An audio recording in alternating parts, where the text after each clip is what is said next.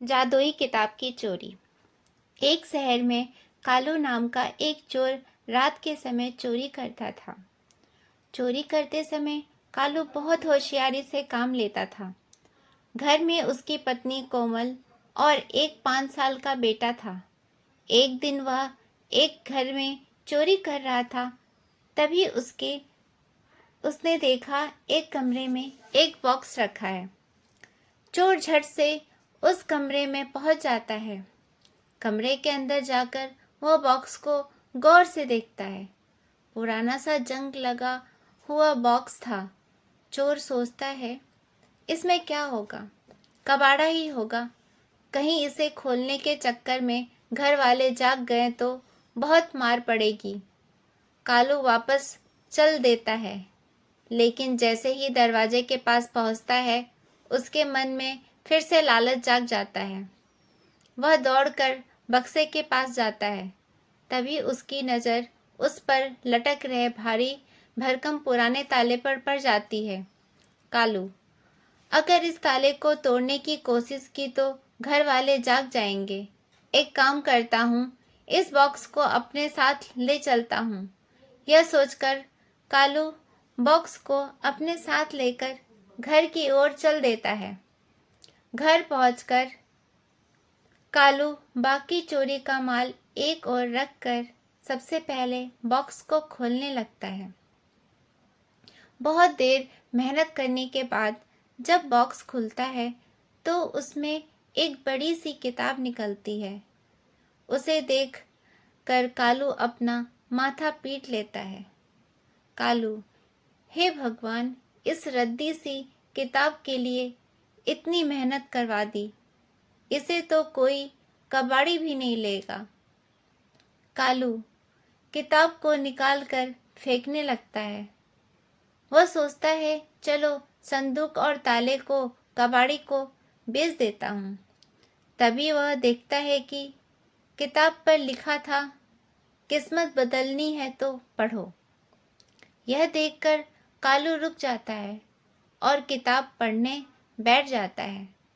किताब के पहले पेज पर लिखा था, तेरी 3 इच्छा पूरी कर दूंगी, लेकिन बदले में हर इच्छा की कीमत चुकानी होगी। कालू अगला पेज पलटता है।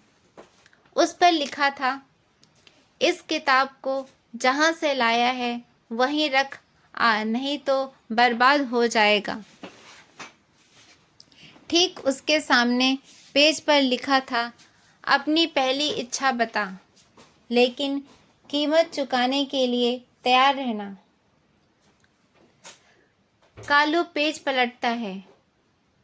उस पर लिखा था, धन चाहिए, स्त्री चाहिए, अमर होना चाहता है।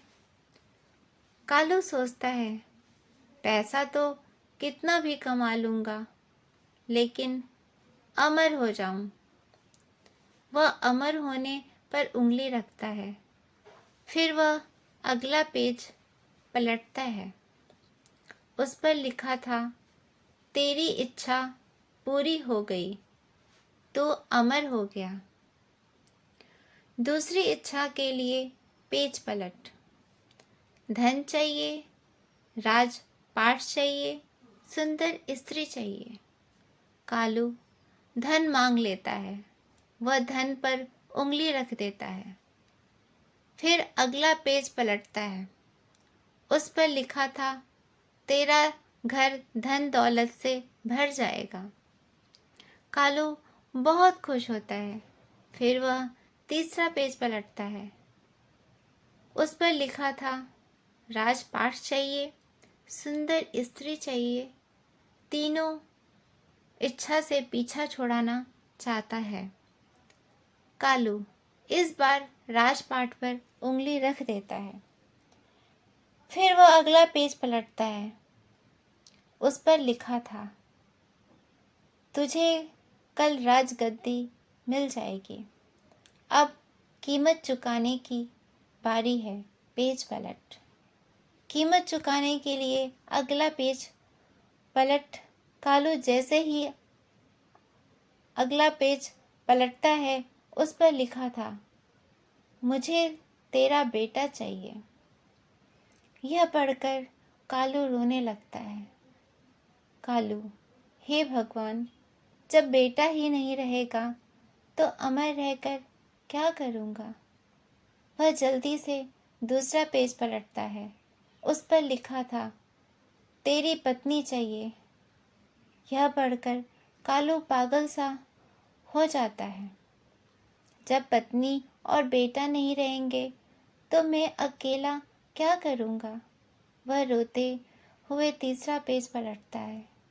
उस पर लिखा था, तेरे हाथ पैरों की शक्ति चाहिए। यह पढ़कर वह देखता है कि उसके हाथ पैर उठ नहीं रहे। कालू की आंखों से आंसू बह रहे थे। जब पत्नी, बेटा और शरीर ही साथ नहीं रहेगा तो जीवित रहकर इस धन और राजसत्ता का क्या करूँगा। वह जोर जोर से चिल्लाने लगता है, मुझे कुछ नहीं चाहिए, मुझे कुछ नहीं चाहिए। तभी उसकी पत्नी उसे नींद से जगाती है।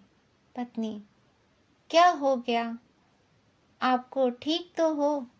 कालू, वो बक्सा और किताब कहाँ है, उसे फेंक दे। पत्नी, कौन सा बक्सा, कौन सी किताब, कल तो तुम चोरी करने गए ही नहीं, रात भर सोते रहे।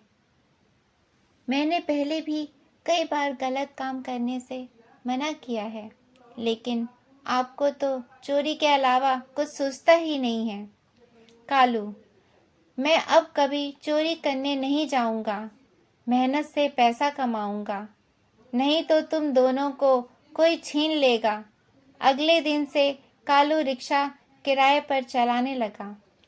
उसकी पत्नी और बेटा बहुत खुश हुए। आपको मेरी ये कहानी अच्छी लगी हो तो मेरे चैनल को लाइक और सब्सक्राइब कीजिए। धन्यवाद।